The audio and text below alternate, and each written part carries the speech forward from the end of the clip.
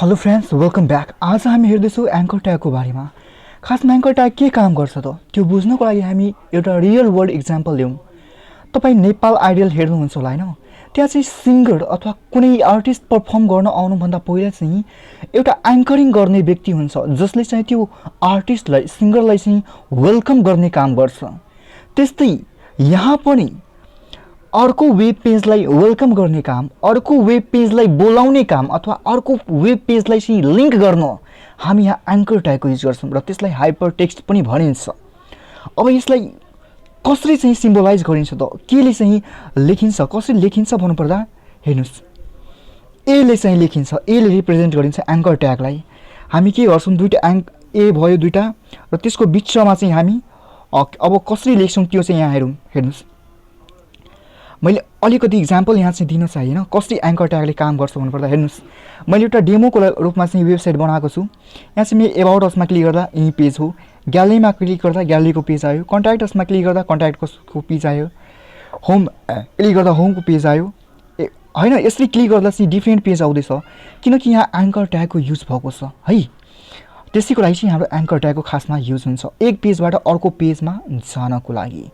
र त्यो लेखिन्छ कसरी भन्नुपर्दा हेर्नुहोस्, यहाँ चाहिँ हामीले दुईवटा कुरा ध्यान दिनुपर्ने कि जुन कुरा चाहिँ हामी माथि देखाउनु, सपोज मलाई ग्यालेरी माथि देखाउनु छ भने म ग्यालेरी चाहिँ यो बिचमा लेख्छु, यो दुईवटा एकको बिचमा म चाहिँ GALLERY लेख्छु है। मैले सपोज यहाँ चाहिँ होम लेख्नु छ भने यो बिचमा म चाहिँ होम लेख्छु, यहाँ पनि मैले आएँ यो बिचमा चाहिँ म सपोज कन्ट्याक्ट अस लेख्नु छ भने यो बिचमा म चाहिँ लेख्छु। र यो HREF र यो चाहिँ के छ भन्नुपर्दा हामीले यो लेख्न त लेख्यो तर यो ग्यालेरी थिच्दा चाहिँ कुन पेज चाहिँ आउने हो, कन्ट्याक्ट अस थिच्दा कुन पेज आउने, एबाउट अस थिच्दा चाहिँ कुन पेज आउने हो, त्यो पेजको लिङ्क चाहिँ हामीले HREF इक्वल टु र त्यसभित्र चाहिँ हामीले डबल इन्भर्टेड कमा चाहिँ यहाँ चाहिँ हामीले राख्नुपर्ने। फर इक्जाम्पल होइन, मैले चाहिँ अब कन्ट्याक्ट अस क्लिक गर्दा चाहिँ कन्ट्याक्ट अस भन्ने पेजमा जानु पऱ्यो भने के गर्छु त, त्यसको पेजको नाम के म राखेको छु, कन्ट्याक्ट अस .html सायद राखेको छु होला होइन। अब मैले यहाँ बिचमा लिङ्क दिएँ, सपोज मैले ग्यालेरी पेजमा जानु छ भने म चाहिँ यहाँ बिचमा ग्यालेरीको लिङ्क दिन्छु होइन। सो यति तपाईँले बुझ्नुभयो। अब चाहिँ हामी सिधा प्र्याक्टिकलतर्फ जाउँ। प्र्याक्टिकल भन्दा पहिला पनि एकचोटि तपाईँले फेरि हेराएँ हाम्रो के काम गर्छ एङ्कर ट्यागले भन्नुपर्दा, जस्तै कि मैले ग्यालेरीमा क्लिक गर्दा ग्यालेरीमा गयो, कन्ट्याक्ट्समा क्लिक गर्दा कन्ट्याक्ट असमा गयो, एबाउट असमा क्लिक गर्दा एबाउट असमा गयो। यो हाम्रो एङ्कर ट्यागको काम हुन्छ। अब हामी प्र्याक्टिकलीहरू कसरी गर्ने भनेर अब हेरौँ। त्यसको लागि फर्स्ट अफ अल मैले के गरेको छु, मैले यहाँ चाहिँ हेराउन खोजेँ तपाईँलाई कि HTML DOC भने म एउटा फोल्डरमा मैले टेबल.html भने एउटा HTML डकुमेन्ट बनाएको छु किनकि मलाई यो पछि काम लाग्नेछ लिङ्क गर्नलाई। अब मैले के गरेँ भन्नुपर्दा न्यू फाइल लिएँ, म चाहिँ न्यू फाइलमा चाहिँ ANCHOR एङ्कर.html भनेर नाम लिएँ, सेभ गरेँ। तर मलाई कुन फोल्डरमा सेभ गर्नु छ, सेभ एज गरेँ मैले HTML.doc भन्ने फोल्डरमा सेभ गर्नु छ, मैले यसमा गएँ सेभ गरेँ भयो। अब यहाँ चाहिँ म कोड लेख्छु। अब हेर्नुहोस्, अहिलेसम्म तपाईँले एउटा कुरा चाहिँ सिकाएको थिइनँ कि हामी कोडको फर्मेट लेख्न होइन, HTML को फर्मेट लेख्न कति लामो टाइप गर्थ्यो। अब सानो तरिकाले पनि हामी लेख्न सक्छौँ। HTML5 यहाँ सेकेन्डमा हेर्नुहोस्, सेकेन्डमा चाहिँ मैले क्लिक गरेँ यति आयो। हुन त यो सबै काम लाग्छ तर अहिले चाहिँ काम लाग्दैन, त्यसले क्लियर देखियोस् भनेर मैले चाहिँ यो सबलाई हटाएँ र हामीलाई जे चाहिन्छ त्यो मात्र मैले लेखेँ। हामीलाई चाहिन्छ अब टाइटलमा मैले लेखिदिएँ, के लेख्छु भन्नुपर्दा सपोज म चाहिँ एङ्कर ट्याग लेखिदिएँ। यहाँ चाहिँ अलिकति बिग्रियो, यहाँ चाहिँ मैले राम्ररी लेखेँ, यहाँ ANCHOR एङ्कर ट्याग मैले लेखिदिएँ। टाइटलमा हामी आफ्नो चाहनाअनुसार जे पनि लेख्न सक्छौँ, त्यो चाहिँ रिलेटेड अलिकति हुनु पऱ्यो। अब म चाहिँ यहाँ के गर्छु, एङ्कर ट्याग लेख्छु, एले रिप्रेजेन्ट गरिन्छ थाहा छ तपाईँलाई, एङ्कर ट्याग लेख्यो। अब एङ्कर ट्याग त लेख्यो, अब मैले के भनेको थिएँ भन्नुपर्दा हामीले माथि के डिस्प्ले गर्नु छ त्यो चाहिँ हामी यहाँ बिचमा लेख्छौँ। सपोज मैले यहाँ नेक्स्ट पेज लेखेँ, नेक्स्ट पेज मलाई नेक्स्ट पेज डिस्प्ले गर्नु छ। अब हेर्नुहोस् मैले रन गर्दा कस्तो देखिन्छ, सिम्पल टेक्स्ट देखेको छु, यसमा क्लिक गर्दा केही हुँदैन। तर अब म चाहिँ यहाँ लिङ्क हाल्दा के हुन्छ, लिङ्क कसरी हाल्ने भन्नुपर्दा HREF लेख्ने, यसको मतलब हाइपर लिङ्क रेफरेन्स है।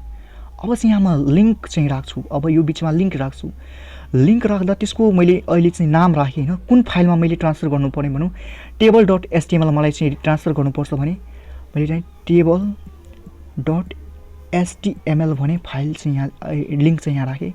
अब हेर्नुहोस् मैले चाहिँ रन गरेँ एपमा, हेर्नुहोस् नेक्स्ट पेज भयो। मैले नेक्स्ट पेजमा क्लिक गर्दा टेबलवाला पेज आयो, हेर्नुभयो तपाईँले। मैले फेरि ब्याक गरेँ, नेक्स्ट पेजमा क्लिक गर्दा टेबलवाला पेज आयो। यसरी चाहिँ हामी एक ठाउँमा क्लिक गर्दा अर्को चाहिँ के भन्छौँ हाम्रो पेज खुल्ने गर्छ। यो नेक्स्ट पेजको ठाउँमा हाम्रो बटन हुन्थ्यो अथवा इमेज हुन्थ्यो, त्यसमा हामी क्लिक गर्दा नेक्स्ट पेज जान्थ्यो। अब म के चाहन्छु कि म जुन यो के छ भन्नुपर्दा टेबलवाला जुन हाम्रो चाहिँ पेज छ नि त्यसमा पनि म एउटा चाहिँ हाइपर लिङ्क राखौँ र टेबलवाला लिङ्कबाट पनि म क्लिक गर्दा होइन पहिलाको लिङ्कमा पहिलाको पेजमा जाउँ। त्यसको लागि म के गरेँ त, मैले टेबलवाला जुन हाम्रो यो छ त्यसलाई table.html यहाँ चाहिँ मैले एउटा लिङ्क राख्न चाहेँ। टेबलको मुनि मैले लिङ्क राखेँ। लिङ्क कसरी राख्ने सोच्नुहोस् त, एङ्कर ट्याग राखेँ। यहाँ चाहिँ त्यो पेजमा चाहिँ नेक्स्ट पेज लेखेको थियो, यहाँ चाहिँ मैले प्रिभियस पेज लेखेँ, प्रिभियस पेज राखेँ है, प्रिभियस पेज राखेँ मैले। अब के गर्छु म भन्नुपर्दा यहाँ चाहिँ म लिङ्क राख्छु href इक्वल टु होइन, यहाँ चाहिँ म के राख्छु लिङ्क भनेको anchor.html, त्यहाँ हाम्रो नाम थियो भने म लेख्छु anchor.html भयो, हाम्रो सेभ भयो।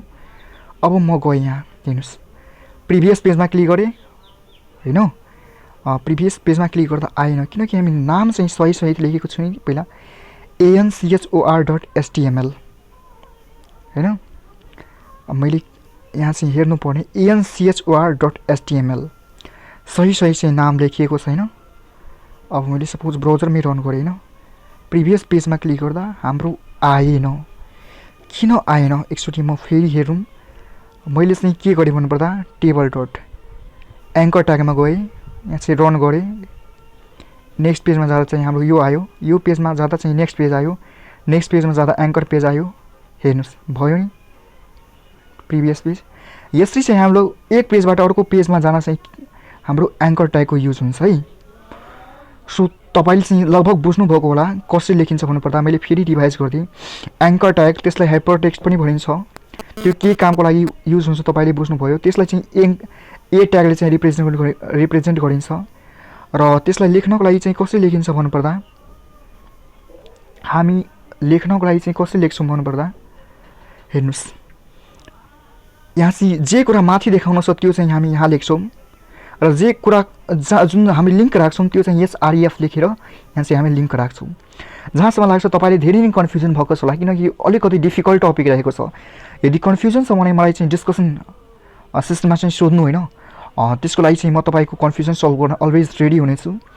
र अर्को कुरा तपाईँले चाहिँ कुनै फिडब्याक दिनुहोस् होइन, यस्तो हुँदा चाहिँ राम्रो हुन्थ्यो, स्क्रिनको क्वालिटी देखिन राम्रो कि भिडियो क्वालिटी देखिन अथवा अडियो क्वालिटी राम्रो देखिएन अथवा यस्तो भइदिएर राम्रो हुन्थ्यो, स्लोली बोल्दा हुन्थ्यो कि अझ राम्ररी बुझाउँदा राम्रो हुन्थ्यो कि, मतलब तपाईँले जे कुरा मनमा लागेको छैन फिडब्याक दिनुहोस् होइन, त्यो चाहिँ दिनु होला। किनकि हामी चाहन्छौँ यो कोर्सलाई अझ एकदम क्वालिटी प्रदान गर्दै जाउँ, एडभान्स गर्दै जाउँ, किनकि एक दिन त हामीलाई प्रोफेसनल लेभलमा यहाँ चाहिँ नेपालका टप प्रोफेसनलहरूसँग कम्पिट गर्नु छ। त्यसले चाहिँ म तपाईँहरूको फिडब्याकलाई एकदम वेलकम गर्दैछु होइन। यति भन्दै चाहिँ आजको क्लास चाहिँ यहीँ सघाउँछौँ। Thank you so much.